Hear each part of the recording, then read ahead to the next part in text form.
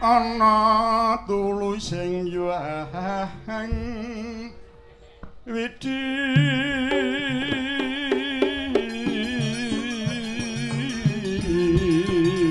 janji sabar lan ora kesusung sawahe jembar-jembar marine lamu-lamu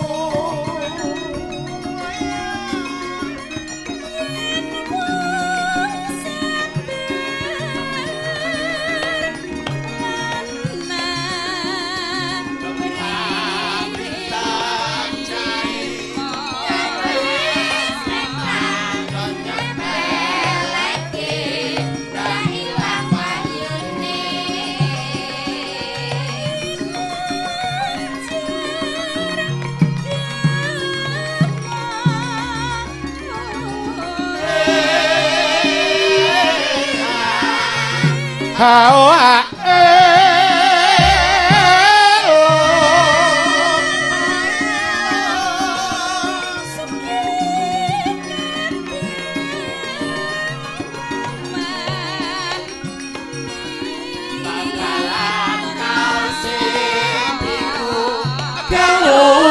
kalan aja ditiru becik sing susila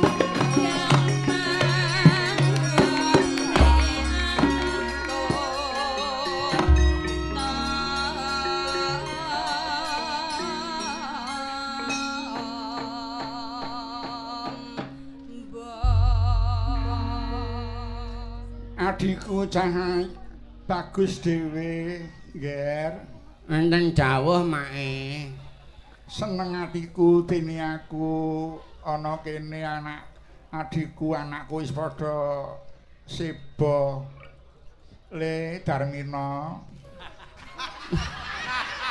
nggih enten dawuh sasedane bapak karo simbok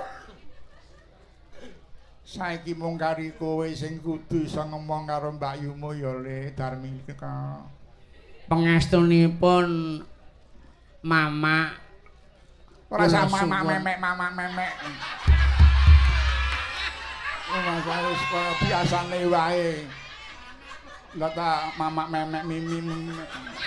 Lah jare no jaman kelakone. Iya ning aja ninggalake jati diri sebagai dadi orang Wonogiri. Iya, Mbak. Pangestune pripun? Anakku wedok. Wonten dawuh, Pak. Wis seba ning ngarepe simbok ya, Nduk. Inggih, Biyung. Iki ana wektu kang prayoga arep nilir ninggal pelung karo kowe. Ora aku arep mati, ora kepeni mbauling terus dikira arep mati.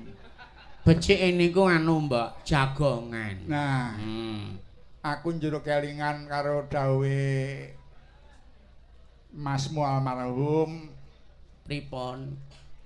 Kunci sebagai sarana bisane urip kuwi sukses kuwi kudu ngambah es nenem nduk. Es nenem niku napa mawon, Mak? Siji SD, Nggih. loro SMP, telu SMA, papat SI, 1 5 S2, ingkang terakhir ya kuwi S3. Oh, dadi niku jenjang sekolah. Ketake mengkono ning kuwi sukses supaya uripe kuwi sukses lan kasempatan karepe donya lan akhirate. SD yaiku salat duha aja ditinggalke ya, Ngger. Kuwi srana kunci sukses urip ana ing ngalam dunya lan ing akhirate. Terus sing kaping pindho SMP ya kuwi salat malam kudu dipertahanke ya, Nduk. Kuwi aja nganti mok tinggal, aja tok lalekke. Kuwi dadi srana nggayuh surganing Gusti Allah. Ya ta? Nggih. Terus S3 yaiku SMA. Yaiku suka membaca Al-Qur'an dan menghafalkan. Kuwi aja nganti tok lalekke, ya ta. Dene S1 yaiku sedekah infak aja tok lalekke, wajib tok tindakake. Ya ta. Mbuh kuwi suasana ana lan suasana kurang tetep kuwi aja nganti dilalekke. Banjur kaping 5 S2 yaiku selalu silaturahmi marang sanak sedulur, marang tangga paro, luwih-luwih kowe adikku karo anakku. Aja lali olehmu silaturahmi karo Mbak Yumu ya, kalau mangsa sok niliki ning omahe si Mbak Yumu. Karo kuwi anak wedok kuwi ya aja sungkan-sungkan oleh silaturahmi nyanggone mbokmu ya, Nduk. Nggih, Biyung. Nek kowe kuwi gelem silaturahmi insyaallah rezekimu bakal sempulur. Amin, amin, amin. Dadi aja peh kowe saiki wis laris terus sedulur ki aja, apa ndak apa kuwi cuthel rezekimu ya, Ngger. Nggih, nggih, nggih. Dene sing terakhir yaiku S3. Selalu salat subuh berjamaah. Ki aja nganti digawe wegah ya, Nduk. Nek wis krungu adzan ya yang ceket yang masjid, ya ta. Nggih, Biyung. Yen kowe iso nindakake sing tak kandhakake nenem iki mau insyaallah Gusti bakal ngijabahi. Amin, amin. Iki lagi dalam rangka sowan sapa, Nduk? Niki sowan wonten dalemipun Naraka Mas Dani Sriyanto, Yung. Kamas Dani Sriyanto. Inggih. Alhamdulillah. Bingah manah kula ya, Nduk, dene Biyung wis kaya ngene ya, dene isih kepareng ditimbali sowan mrene. Trenyo hatiku sari Mas Dani ngendika nyebut asmane almarhum wong tuwane awake dhewe. Simbah Sadiyun Harjo Darsono kok ya pirsa-pirsane nek iki ya trah Sadiyun ya, Dik. Nggih, nggih Kak Yung. Pancen sampun dados niatipun keluarga ageng Mas Dani Sriyanto utawi Supriyanto sak brayat Mas Dani Sriyanto ing dalu menika kepareng ngawontenaken hajat tasyakuran. Milad Pondok Pesantren Al-Qur'an Al-Mardiyah menika ingkang angka sepisan. Ya, terus kaping kalihipun malam tasyakuran milad saha peresmian kantor Al-Mardiyah, kaping tiganipun Haul Akbar leluhur Al-Mardiyah. Wabil khusus Simbah Mardi Hadi Suwiknya bin Marmorejo ingkang kaping selangkung, ugi Mbah Randiem Sunarti Mardi Hadi Suwiknya. Kusik. Pripun? Pak mumpung aku kelingan kuwi diowahi aja kaping selangkung, kaping selawe. Kaping selawe, oh Selawe nggih. wis basa. Nggih. Nggih, Yung, kaping selawe taun ugi Mbah Randiem Sunarti Mardi Hadi Suwiknya binti Kramaraja ingkang kaping 21 taun. Nggih. Niku lah perangane ngadicara menika kathah sanget kados Parane. kala wingi sampun wonten pengaosan saking Bapak Haji Ustaz Sriyan saking Jogja. Lho niku Bapak Dr. Wijayanto. Pak Ustaz Wijayanto. Nggih. Nggih. Pusat gondang. Terus dalu niki wayangan trah saking Mbah Diyun sedaya. Nggih ta? Nggih.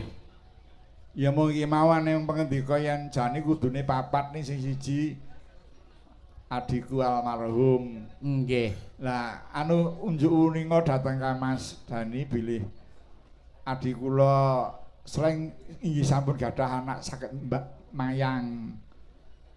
Ponakan kula namenipun Amar Pradapa. Menika sampun saged mayang, sampun cekap anginipun kuliah. Sampun rampung S2 menika nggih sampun nyuli almarhum tiyang sepuhipun Kang Mas menawi badhe pun kersakaken kangge pinjimno sanes wekdal saged dipun wimbuhi anak kula Amar Pradapa. Rak ya ngono to? Nggih, Yung. Sumben taun ngarep nek ana milad meneh ditambahi meneh sedulure sing disuwan kene ditambahi meneh sing iso ndalang. Ngaten nggih ya. Muga aku isih menangi ya nggih ora ketanggung nderek ningali karo nderek maem paribasane ya. Amin. Pokoke awet yuswa nggih ta. Amin. Biyung niku sehat awet yuswa. Sembodo ngono ya, Nduk. Nggih. Heeh. Nggih. Ya oleh kunyange iki ya wiwit umur 17 tahun nganti seprene isih diparingi urip karo Gusti Allah alhamdulillah. Paringi rezeki alhamdulillah. Niki ora ngongso-ngongso pikiraku, ora ngongso-ngongso karepku ya wis tuwek. Ya wis paton lumintu ngono wae. Nggih to? Nggih. Malah mboten ming dalu niki kok. Yung niki sesuk niku tesih enten acara nggiyan kok. Sabtu malam. Nggih. Sabtu malam. Niku acarane hiburan musik keroncong. Sareng kalih Eyang Waljinah, Mbak Endah Laras. Tobat jebul oleh ngerangkul budaya Kang Mas Dani ora gemen-gemen ora baen-baen yen nduk. Nggih. Kabeh dirangkul. Kabeh ditersenani sembah nuwun Kang Mas Dani semoga Allah selalu mencurahkan hadiah dateng Kang Mas Dani sak kulangsa. Amin. Nggih, Yung kula nggih melu seneng dasaripun Pondok Pesantren Al-Mardiyah menika basicipun kejawen kok, Yung. Dadi ora ninggalake kejawen mergo ngendikane Mas Dani sampun cetha kena ngapa kok basicnya itu kejawen mergo sakniki niku sing jenenge tata krama adab niku pun tipis nembe ical saking sanubarening para warga kok Yung. Mula aku 100% ngaturake penuwun karo Kang Mas Dani oleh tansah mbudidaya aja nganti wong Jawa kelangan adab. Nggih, amin. Monggo adab bisa dhuwure Ngilmu. ilmu. Malah anu jare ora mung awake dhewe sing ditimbali sawan mrene bengi iki nduk, jare ana bintang tamune. Sinten to, Yung? Nek sak krunguku lho, nek ora kleru jare saka Semarang ngono apa. Limbuk ki senengane ya nambuhi wong tuwek kok ditakoni mbok ya dijelaske ngono dibantu kok malah sinten. Ke Semarang kae apa mbilung apa Walah. apa diremen? Mas Gareng to. Oh. Oh, di Mas Gareng to? Gareng Semarang kae. Nggih. Gareng Sumarbagya. Nggih, kaya sajak kaya maidu ngono to rumah saku. Alah kuwi neh ya. Ben saya bingung. Anu pripun kersane ya ngapa diaturi pinarak Ayo ya? no ayo.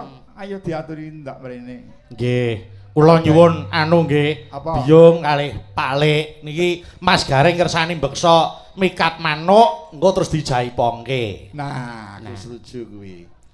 Monggo. Kanggo pemanasan. Nggih. Monggo para kadang dipun racikaken mikat manuk, mangke dipun jaipongaken kersane dibeksani Mas Gareng. Monggo, yo.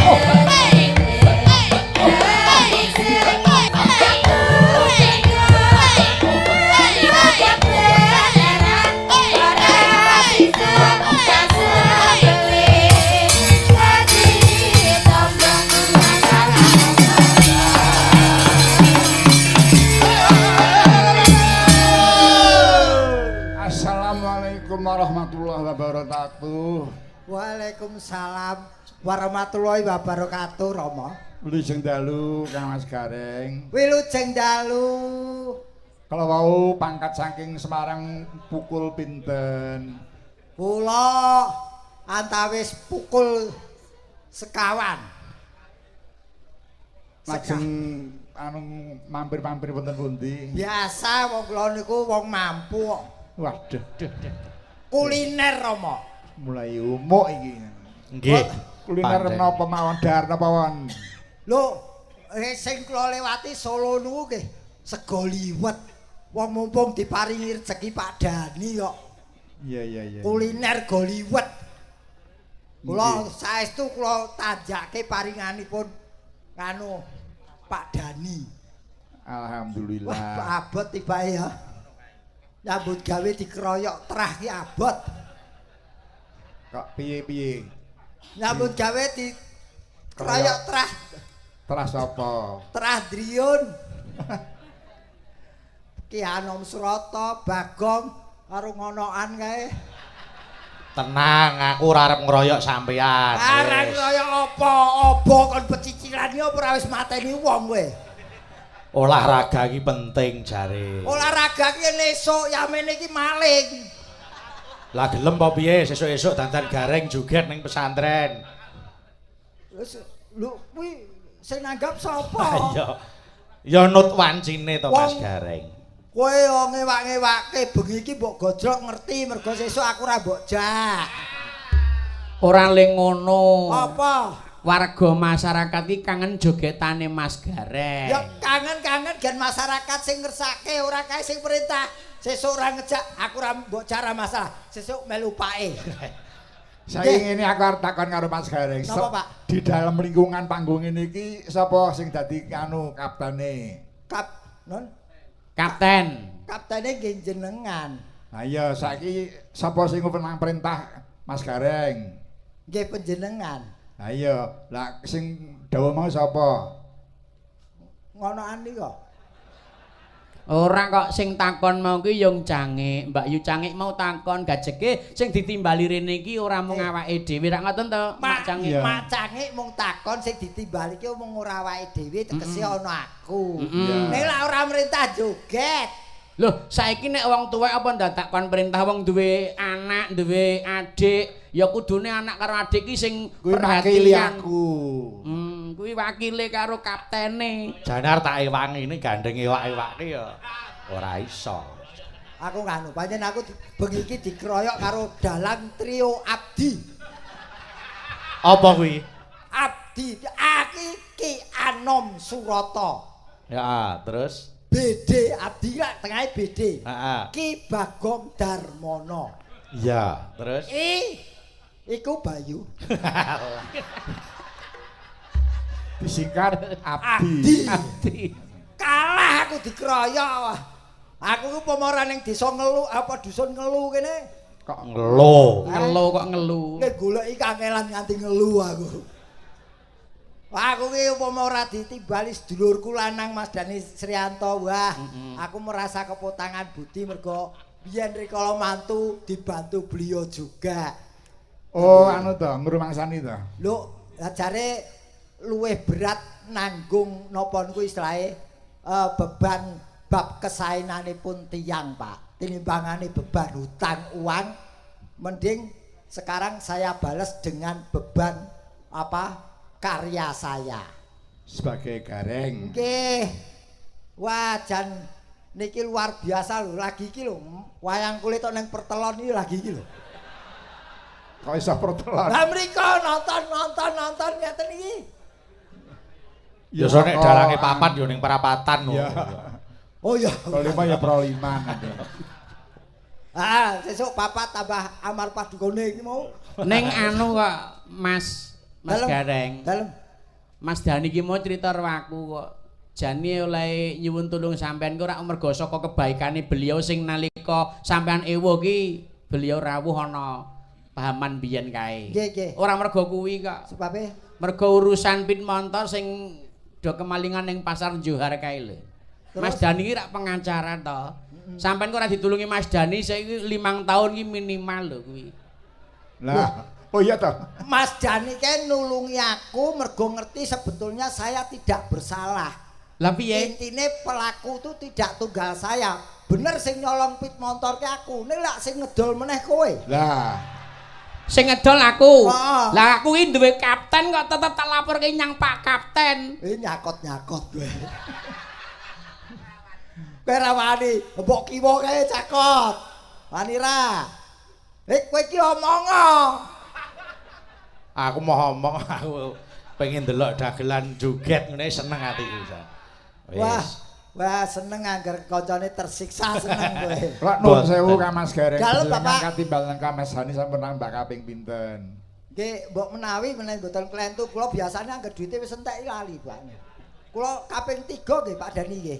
Kaping 3 mbok menawi. Alhamdulillah kaping 3 sowan tlatah mriki dipun pitados ngregengaken swasana sing baku niki miladnya aku seneng kuwi istilah nadyan aku ora ngerti tegese mbok menawa kuwi ya padha ning lebih pasnya itu kalau HUT itu diganti dengan yang lebih tepat. Napa, Mas? Karena kalau HUT itu ana singkatane hari ulang tahun ki ora tepat. Tahun kok diulangi berarti umure ora tambah-tambah. Oh, nggih. Sing bener hari ulang tanggal dan bulan. Tanggale iso dibaleni nek taune tetep lumaku. Nah, lumaku. Nek ya apapun wong wis salah kaprah. Nggih. Ya ndak masalah kalau Mardiyah itu al-mardiyah itu artinya yang diridhoi. Nggih. Atau bisa diterima. Jadi adanya pondok ini di sini bisa diterima dan diridhoi.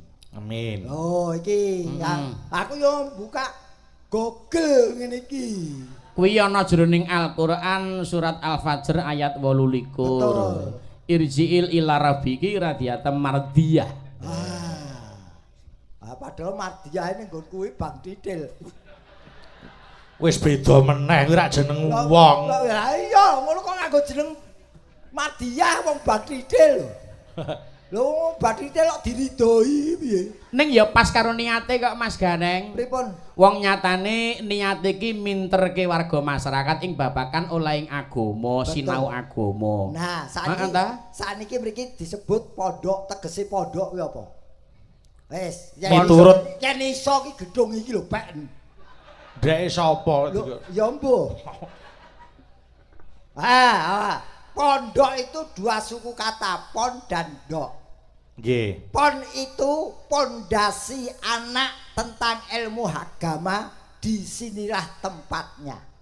Nggih. Dok kuwi saka tembung dokumentasi mulai gambar, tulisan, film tersedia di sini untuk dipelajari oleh para muridnya. Amin. Jadi iki pondok modern dan Islamik. Pondok modern. Islamik dan membudaya. Delok to bangunane iki lho. Gendeng kae. Nggih. Joglo dhuwur kae karo nyawaku larang kae. Lho tenan iki sing gazebo iki. Aku bali kon nggawa kuwi cucuk iki. Ora apa-apa nek dhewe. Ha iya. Apa? Digawa dhewe kuwi lho. Ya njaluk tulung yoga-yoga niku lho. Alah. Jare bolo. Kuwi pondok ya. Nggih. Nek sampean iso merdeke al-mardiyah selain diridhoi kuwi mau, coba Mas diuncaki Mas. Al itu pemanis kata, Mas. Kok iso pemanis kata? Ada tempat saya Al-Hikmah, Al-Fukron, kaya nggonku masjid nggonku At-Tobah. Jadi pemanis tapi yang baku mardiyahnya. Oh. Iki marginipun lare ingkang badhe pinter bab agama wonten mriki. Dididikanipun dari tradisional yang artinya itu budaya sampai ke modern ada. Ya ini pondok yang paling modern di wilayah ini. Nggih. Menekankan, menekankan. Yakini. Yahini. Basa yakini apa? Penonton wis percaya kowe geger wae to kuwi. Mare ketoke ngarang kowe ora dukung blas kok. Wong jenenge lho lha tegese bagus wis kok nerjemake apa meneh. Kene iki desane apa to? Ngelo. Ayo. Dusune ngelo. Ngelo. Nggih. Niki nggih. Nggih. Iki wong gandeng aku iki wong pinter, dadi ya per huruf. Per huruf. Oh, nggih. Nenggih Bapak Dani Srianto ingkang kagungan kersa dalu niki. Kuwi N. Terus G. Niki gedhe raos syukuripun dalu menika ngawontenaken syukuran. Terus E. Ewadene hiburanipun wayang kulit. Terus L. Luar biasa dalangipun trio abdi.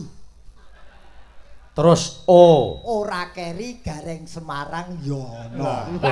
Si mlebu kono eneng ya. Saben singkatan mesti mlebu ya.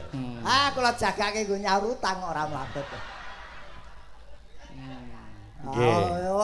Wong jenenge wong ditimbali katanya semakin kesini kita harus semakin kreatif. Iya. Mengejar kemajuan teknologi yang ada. Mboten beda pondok sekarang banyak pondok yang modern karena teknologi semakin modern.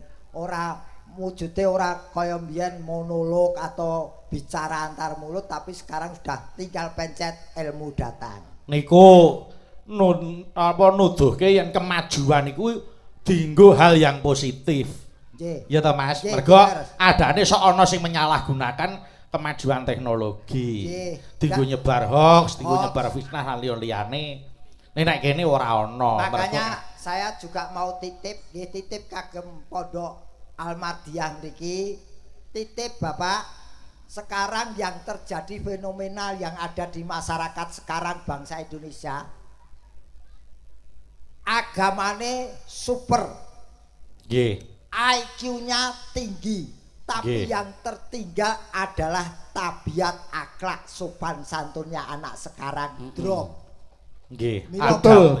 Kula nunut tulung niki bab sopan santun tabiat anak sekarang nunut adab nunut dipun bantu dipun sayaken malih kados diinguni. Nggih. Iki yang terjadi iki riyel lho Mas. Leres. Riyel dadi nggih nyuwun pangapunten ora jeneng guroni mung titip. Nggih. Dadi apa-apa ki wah iki lho aku jenenge wong ngrejekeni ngene iki lho. Pripun Mas? Kula ngadeg ki metu kopi. Nggih, Mas Gareng yo di kopi men ra mambu kok ya. Omongane ra enak.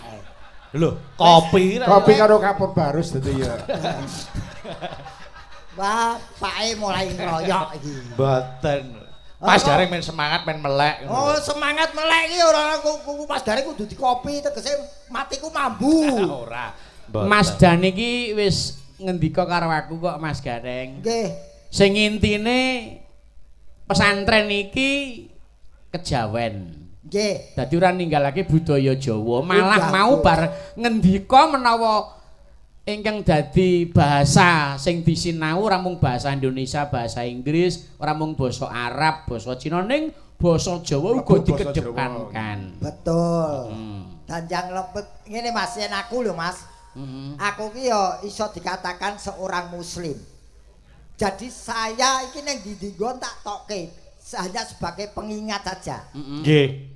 Seorang muslim harus tahu arti muslim. Kalau tidak tahu arti muslim berarti beliau belum menjalankan dengan baik dan benar. Muslim kuwi menjalankan semua perintahnya, menjauhi semua larangannya. Seorang muslim harus takwa. Terus ucapan yang pertama kali keluar dari mulut seorang muslim adalah asyhadu alla ilaha illallah wa asyhadu anna muhammadar rasulullah. Ya ra? Nggih. Kalimat syahadat. Nggih. tutupna, Nduk. Salat 5 waktu jangan ditinggalkan termasuk salat sunahnya. Terus L. Ha iki sing rada mumet ki golek L tapi wong canggih ndak kecekel. L ki lakukan puasa di setiap bulan Ramadan. Nggih. Terus ingatlah selalu kepada kaum duafa, fakir miskin untuk selalu memberi zakat fitrah. Terakhir M. Melaksanakan ibadah haji bila mampu. Nggih. Jadi muslim itu harus takwa dan melakukan rukun Islam 5-5-ne. Nggih. M kuwi bila mampu lah, bila mampu saiki tak garis bawahi. Yen bila mampu itu tergantung materi.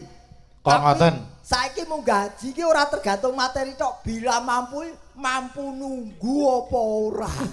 Saka suwene. Mergo indene saiki ono ning ya semuanya harus kita lakukan dengan cara apapun asal itu halal, insya Allah akan bisa terlaksana. Amin. Nah, ngene iki wah. Cucuk nanggap Mas Gareng. Ora cucuk tok brutu barang kok. Oh, kok jenenge aku iki lho, teko dok kanthi saiki urung kepethuk padani lho iki. Durung ta? Nasibku piye iki? Loh, tamu ki urung dimanggake tuan rumah ki lak nasibe piye? Entuk ora teko ning kene iki entuk apa ora ngono lho maksude. Ya saka memitrani iki akeh sing kepareng rawuh mriki kok Mas. Dadi ya nyuwun pangapura nek urung iso nemoni Mas Gareng Oh, iki. wis pinarak. Kula sampun sowan, Mbak. Nggih. Togo padha Semarange. Kowe wani karo aku ciak kowe. Kak terus Boloku ngono. padani ning Semarang saiki kok. Nggih. Bengi iki ora mung wayangan tok Mas Gareng. Apa? Engko jam 12 bengi tepat kuwi ana kegiatan doa bersama. Oh nggih. Dipandhigani Bapak Kyai Haji Rafiq saka Salatiga. Nah itu anu bisa mengambil budaya atau kebiasaan kita orang-orang tua kita dahulu dan juga budaya agama atau tradisi pula. Cara-carane agama Islam yang tahajud itu kan pasti lepas dari jam 12. Mula ki tembunge Nggih. Arab digarap, Jawa digawa. Leres riyen piyai riyen sepuh-sepuh jam 12 munggah mesti metu saka omah berdoa semampunya. Itu dulu. Nah, kalau sekarang kalau yang merasuk apa agama Islam ya tahajud kuwi. Monggo lho Mas Dar, monggo. Wah, koncone aku kemringet e. Krungu Pak Harto jare ora mung Mas Gareng bintang tamune. Nggih, Rama. Nggih. Res. Ana sapa wae, Nduk? Niki wonten Mbak Niken Salindri. Oh, putuku Nggih. Niken Salindri. Nggih. Nggih, Pak. Mbok ya kene diaturi munggah yang Panjenengan komandanipun panjenengan ingkang nimbali. nggih wancinipun dipun aturaken anu putuku wedok. Monggo dipethuk aja dipeleroki. Monggo aja, yo.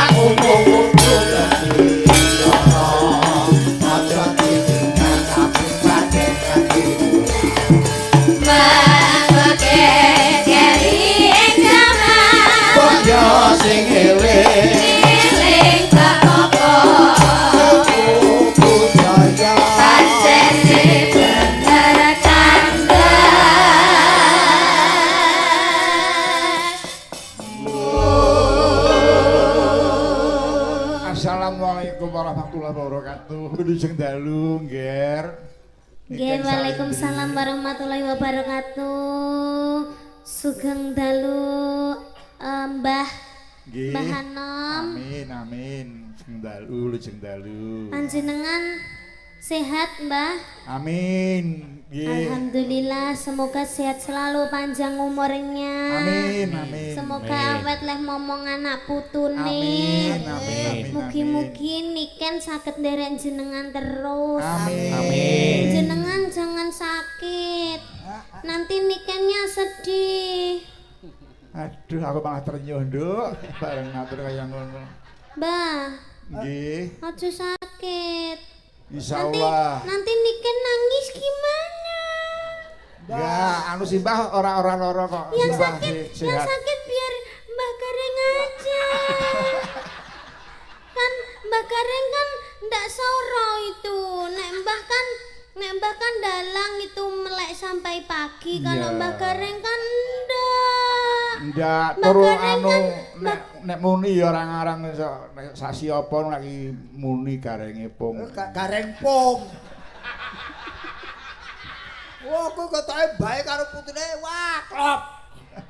Wah, kalau lu jangan bicara yang macem-macem dong. Kowe tak kandhani ya Mas Gareng. Non. Putuku si Niken. Niken kuwi oleh derek Simbah ora mau saiki tok wiwit jaman isih SD.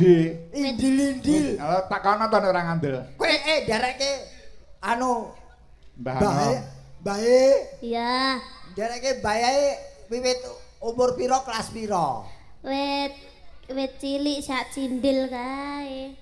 Ket kelas Ora 2 SD. Ora kuwi turunane Clurut apa jenenge kok Cindil ki lho. Ya sik inil-inil kae kok. Sik Kelas kelas loro 2. SD. Kelas 2 SD saiki 2 SMA. Wis tau derek Mbah Anom. Sudah. Ya kowe iki ora ketang sithik Mbah Anom ki ya nyawapi marang kariermu. Mula ya ora ana salahe yen kowe tetep derekke Mbah Anom. Ya, ya aja mung Mbah Anom tok, ya Mbah Bagong barang kuwi. Iya, kok Mbah? Loh, lah kuwi adike Pak Anom ya, Mbah. Kowe Aku ki anu, apike iki aja Mbah ketuan. Om Mah. Diki. Omah. Emah. Ora. Kok emah ngapa? Ya kan nenek urutane. Nah. Iya, Bang. Iki Mbah Hanom, iki Pak Bagong, terus kae Dik Bayu. Kembali sodi. Kemalah Dek Bayu. Urut, Mas. Aja Dik. Ya, Mas, Aja kok. Dik. Dek Nani. Yo Mas Bayu. Wah. Mas Bayu ke mau sempet tak prank lho Pak De. Napa? Jam 10 lah kok ngirim Sherlock toh. Lah terus jam Ya kan? 10 ki lagi ngirim Sherlock. Lagi ngirim Sherlock 10 bengi iki. Lah kok jawabmu piye? Lah jawaku kan lek ngirim Sherlock kan yo mbok ket mau awan ya oh, toh. oh. Lah jam 6 ki aku ki wis tekan kene Pak De ceritane. Jam 6 sore kan wis tekan Tekan kene. kene, Terus aku terus? jam 10 lagi dikirim Sherlock aku yo ngomong lek aku rong budal ngono. Oh ya bener kesalahan dia kamu manfaatkan bahan ngapa. Lho kowe lah sing ngekeki jam piro? Jam 10. Lho aku kuwi wayangan wis bubar lagi dikeki Sherlock kok. Lah bar jare lara kok ya ora tak Lara, kabari. lara piye? Lah jare sing lara ben Mbah Gareng wae. Niken lho. Oh lara. Wong senengane ya. Nah, alhamdulillah Mas Gareng pun sowan, Mbak Niken wis sowan. Nggih. Iki pancen wis diantu-antu. Heeh. Angger nduk Niken dadi bintang tamu ngerti ora Mas? HP iki kaya antene ka lho. Iso tingkat-tingkat. Iso rolas. Oh iki streaming kabeh to? Iya. Anu le nduk Pak De ora iso mampir ngomah iki langsungan ning kene ya. Aku ora iso mampir ning Ngadirojo. Moko jare diarep-arep lho jane. Pancen sengaja mboten kula ampiri. Wis Mergo ditani. diarep-arep ya diburi-buri aku gelem. Ha iya. Wis ditani tangga-tangga barang ya. Maksamu tagih utang kowe. Jane Boten. wis meh nglumpuk kabeh kari mangkate to ya kan. Ngenteni angkutane dadi. Ketoke Nggih. mbahmu Anom ki Mbah Anom. sajake wis ora seneng tak eloni ra Piye seneng. ta piye. Iya kayake wis risih kok ya. Lah kuwi ngono ki piye? Kusik. Ya ora apa-apa ta, ben tak eloni ae. Berarti Mbah Nom ki seneng lek dieloni wong ayu-ayu ora koyo sampeyan. Melu Wes. melu Mbah Anom nganti tuwekmu kaya Darsini ra apa-apa. Wes melu terus. Wah kok apa-apa nesui ngapa ta Lah jare? ya wong budar ora melok Wes disebut-sebut. ben aku mbok set tok. Wong aku sik seneng dereke Pak Anom kok kowe iso.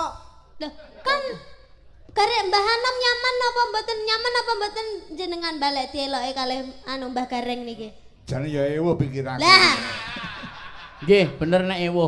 Ha wong liyane putih karo ireng kok kono coklat dhewe. kuning dhewe kaya telek. Ha kaya ngono kuwi. Hmm. Kaya ngono kok bolong. Kaya lele kuning. Jangan menghina nuwun sewu, jangan menghina telek. Ora aku ora ngomong Kowe telek. sedina ora iso nelek, bosok wetengmu. Loh, emang aku sedina iki mau rong telek kok. Ndak kono telek nang arep. Rong dina pisan aku. Aku rong dina pisan. Lek sedina pisan wong normal, aku ora normal kok. Nelek ngene gareng malah kaya lele. Kowe- Kowe dina rung nelek to. Urung. Sake kae ya. Nyapa? Kae lho sing nemu dhewe. Nyapa? Nganti nganggo pampers.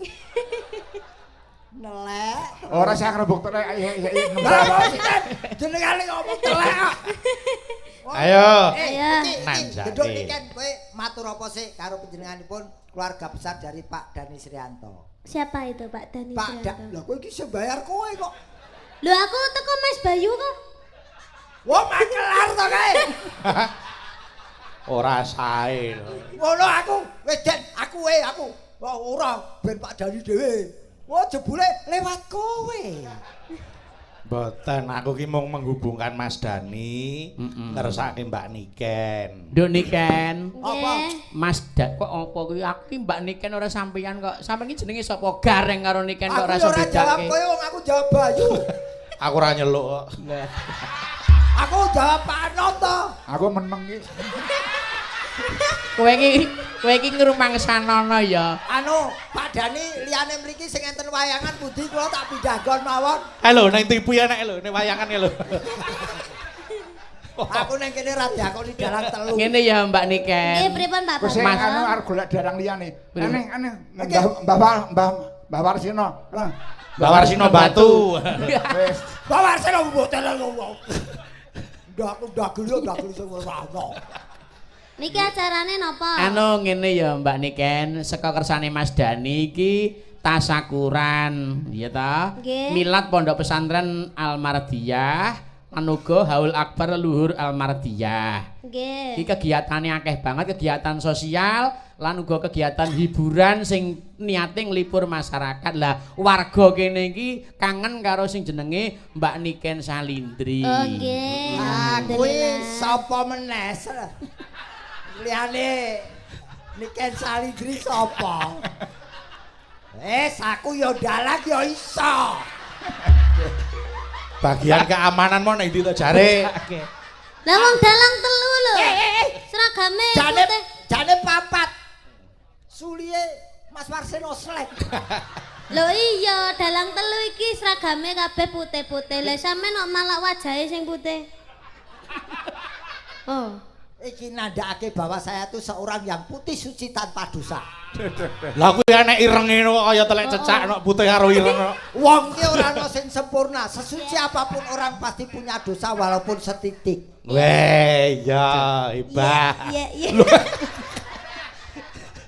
Mula sesuk neh iki anu konfirmasi se. Apa, Mas? Sampeyan ki nek lewat anu Limbuk, Mas Limbuk klambine apa?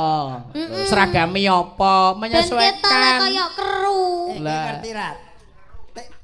Kru dalang kok sing- keru. Dalam kono ki TLK. Apa iki? PLK. Telek. Wah, Ketelek. Den, kok warnane apa biru? Bareng aku nggawa biru, ngerti-ngerti ireng. Aku ping piro ae diblusuke. Lah Sing ngerti. penting sarwa sila ya. Aku tenan aku kok anggere mbok sakiti meneh, aku ora melu kule. Melu Pak Anom. Lah kok Pak Maka Anom ora lunga ki dadi. ora lunga malah kon ngeroki.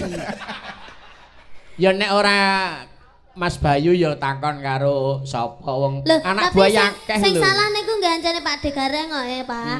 Lah nggih. Kudune sampean lek wis ngerti sampean bolak-balik disakiti, dibohongi, diapusi, diprank kudune sampean nggawa klambi sak lemari. Lah. Kuwi Menyesuaikan cocok. teman-temannya. Mobil iki dikebaki dandan gareng sing akeh. Oh. Kuwi arep tagapan apa minggat? Tagapan sewengi makan se. Lah ben sarimbut tok. Saribet.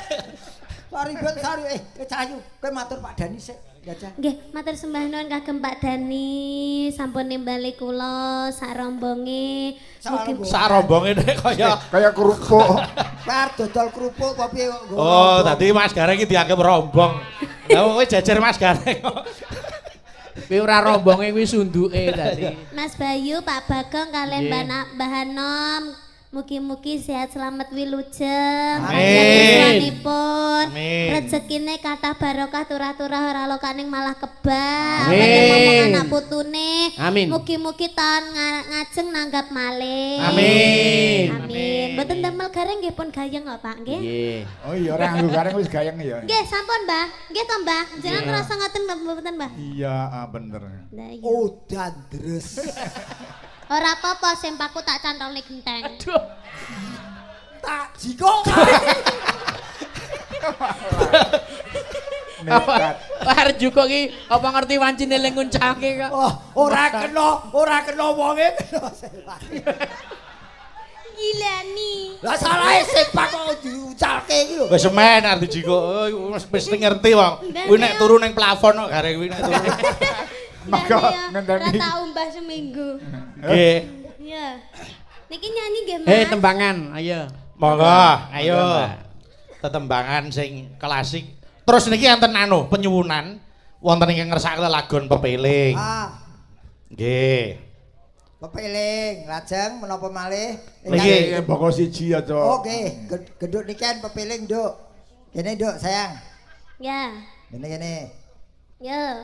Ayo ning kene wae kok. Iki pepelinge. Ah, iki ditinting. nyuwun pepeling sing bawa Mas Gareng mengke lagune Mbak Niken. Nggih.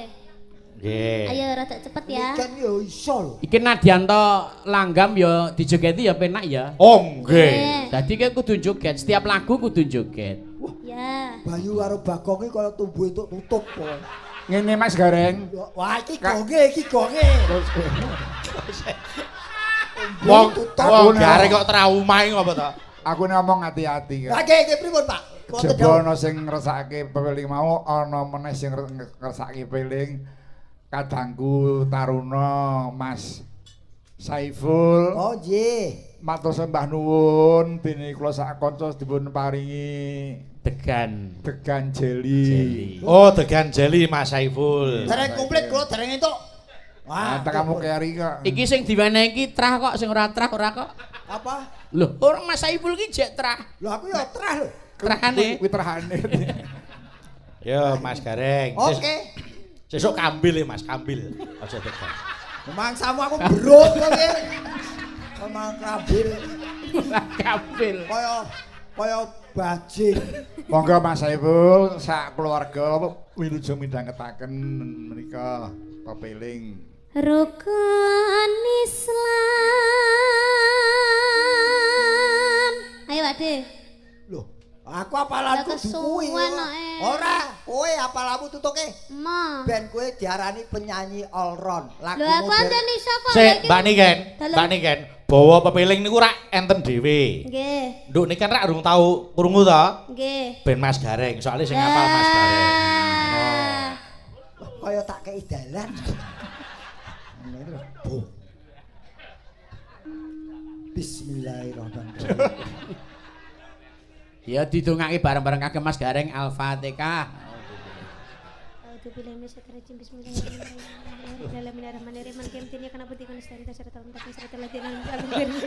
Sapa sing bengok sae napa sae sapa? Iki didongake iki ben panjang umur, men lebawa ki slamet. Ayo dibudal. Amin. Lah ngono. Ya. Iya Mas. Wasitoti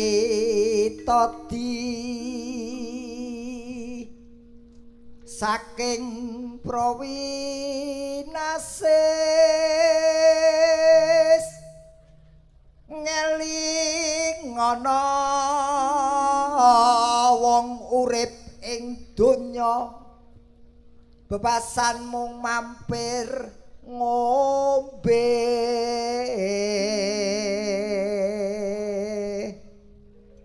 salat kang 5 wektu kudu tansah dipun lampahi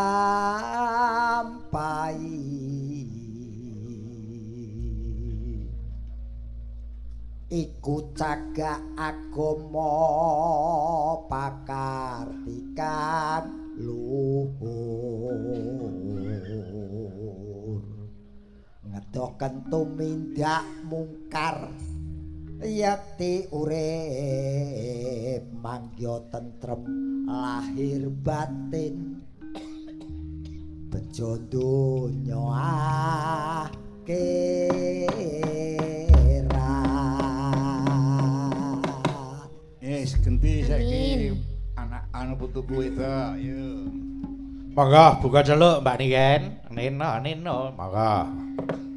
Wes wancine tansah dilingke, wes wancine padha nindakake atan wis tumandang wayahe sembayang nah tapi wajib dawuh ing pangeran salat dadi cakaing agama limang waktu kudu tansah dijaga kanthi istiqomah lan sing komanina luwih sampurna yen berjamaah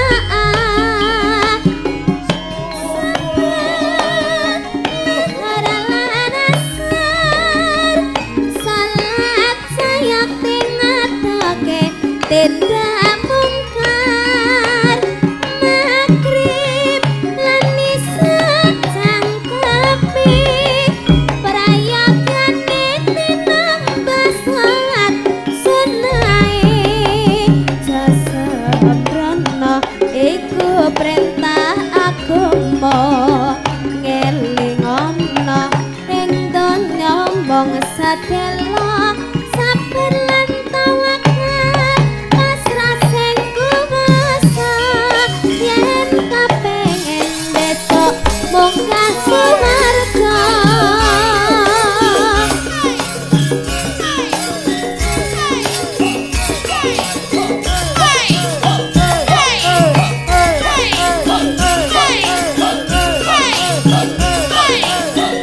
Monggo, Pur.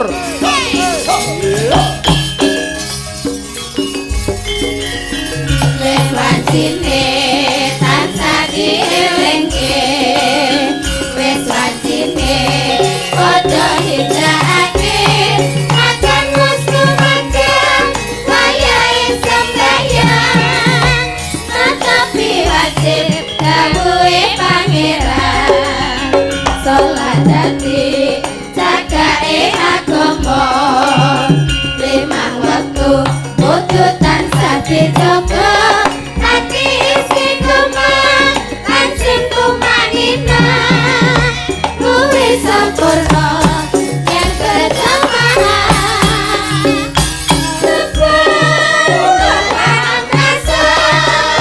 salat saya tingatake tidak mungkar magrib bisa cangkepi prayogane ditambah salat sunahe jasembrono iku perintah agama ngelingono ing donya wong sadelo sabar lan tawakal pasrah sing kuwasa yen kapengen besok munggah swarga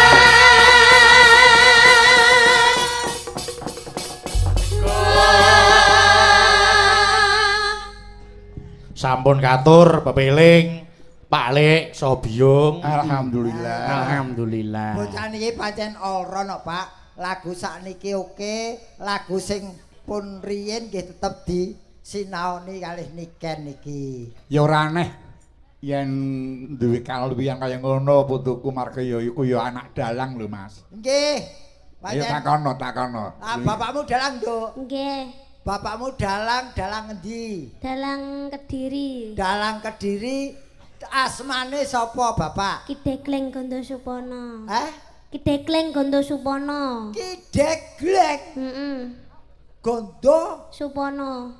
kok Degleng iki? Ayo. Danya apa? Ya ki nama populernya Kidegleng Gondo Supono. Nama asli. Oh, nama asli Degleng. Iya. Woi. Nyapa lo lek Degleng Ya ora. terus mbok kira gendeng ngono. Ya ora nyapa-nyapa. Lah bapakku lek ora tak jenengi, ora dijenengi Degleng gendeng ngono ya ora payu tanggapane. Oh ngono. Makane dijenengi Degleng men laris. Kula asma Kinarya Iya, Jaba. oh. Oh, Degleng Gondo Supono. Lah ayo dioceki piye? Degleng. Ayo dionceki ngomong Piyayi Waskita. Niki degleng niku dene penonton kang nyebut lan mempopulerkan. Ya. Gleng lu glelang-gleleng selagane. Wong degleng niku mesti glelang-gleleng ngoten. Bener. Nggih mung tekan niku tok mawon. Lho, nak suponane Gondo ki ambu. Mambu, su ki luwih pana kuwi cetha. Gondone luwih cetha timbangane wujude. malah Dadi, kaya bathang. bapakmu rung ketok ki gondone tekan kene. Kayak telek. Ya ora kok ya. Ya omong kowe dhewe lho. Ya pok melu ndongake Mas Degleng pinaringan sehat. Amin. Paringi panjang yuswa. Jenenge niken pancen cucuk. Niki niate wiwit cilik kepengin dadi seniwati ampuh utawa unggulan. Nggih. Ken napa mawon saged mergo niki sing dipelajari werna-werna lagune baik klasik maupun yang modern. Amin. Salindri saben dina sinau. Terus Lin. Lintang panggung statuse. Nggih. Lintang panggung ora bintang lho, lintang panggung. Mergo Nggih. ngili. Terus Dri. Drias Moro. sastrane Dhuwur men. Lho lah iya to. Nggih, heeh, Anake heeh. panom kok. Nggih. Drias Moro. Ya wis kuwi ngertiku. Nek miturut informasi napa leres menawi Kang Rama menika tesih trah saking Klaten to, Nduk? Nggih. Trakatene ndi? Nggih. Trakatene ndi? Cetakno. Soale Bagong iki gampang lalen. Ngono. Ngawangga no. Hah? Trah. Ceper. Ceper nggih. Japer. Ceper. Ceper ngawangga. Rata-rata. Ya ceper. Nggih. Dadi sih ceper ngawangga kuwi Mas Gareng. Iki ya banyu Klaten ya, Wan. Aku ya Trah trah. ceper dadi kuwi rak pisahe jaman lakon anu Pandhawa Traju wae to. Sampeyan trah apa? Aku trah. Traing kusuma rembesing blethok ya aku. Kuwi rembesing WC ati ya. Blethok wis elek lho tekan WC. Berarti jumbleng trae. WC kok rembes. Yang cangik menika wonten penyuwunan lagu. Nggih. Apa? Saking Bapak Lagimin Ngelo. Assalamualaikum Pak Dalang, kula nyuwun lagu. Wah, ora sopan. Ngapa? Ayu-ayu ngentut sak gon-gon. Lah masuk angin. Masuk wong ayu ki wong ayu ki jebule Mas. Wong ayu jebule entute ya mambu. Mambu parfum kok. Sampeyan dhewe wis anu ngendika to mau siji nelek lho nek raso nelek raso ngentut ki rak bahaya. Lah ya iki Lah tetok kuwi neleke dhewe rak ya memestuti omonganmu to. Ya. Wis Ya ben, omong Nek. kari nampa tok Lah, di segare iki. Garek Iya. Napa-napa entut ora itu juweh. Iki anu lho wis meh jam 12 jangan. Nggih, tasih wonten 10 menit malih. Nah, Satu lagu satu pasti. lagu pas. Nggih. Satu Niki lagu. jalukane iki kembang rawe karo kembang asmara. Ning Kembang iki api. pokoke tak pasrahke nduk niki arep nembang napa. Terserah. Niki ya mumpung wonten Mas Tatok barang dadi mboten ming klasik Nggih. supaya penonton kabeh kawaratan kabeh ben padha rumangsa Ndi, Mas entuk Tatok? hiburan. Mas Tato Nggih, niki nggih. posisine. Niki anu mawon nggih, Niki. mawon tanpa mundutan ayang-ayang, Pak. Oh ngoten nggih. Oh, kakean ngombe panas ki anyang-anyangan. Milek sampeyan. Kowe. Ayang-ayang ki apa ya bayang-bayang. Ayang-ayang. Ya sekarang sing penting anu dipaske jam 12. Nggih, Nggih. ayo diaturke sik. Monggo. Ayang-ayang. Lho, Lit. Monggo Mas Tato. Ya. Nggih. Tato. Kesayangan Ayang-ayang. Abdi Solo kalian Abdi Niki Film. Bagong Group. Oh. Kalih Abdi dadi loro, Nggih. dadi Bersama siji. BG. BGG. Apa BGG? Bagong Group. Tak kira BGG. Tambahi kali gareng laras. Oh, tak kroyok lho ki anakku gareng tralah lho kuwi. Gareng laras. Tralahe putuku. Iya Mas Tato, monggo. Matur nuwun. Terima kasih, matur sembah Terima kasih. nuwun.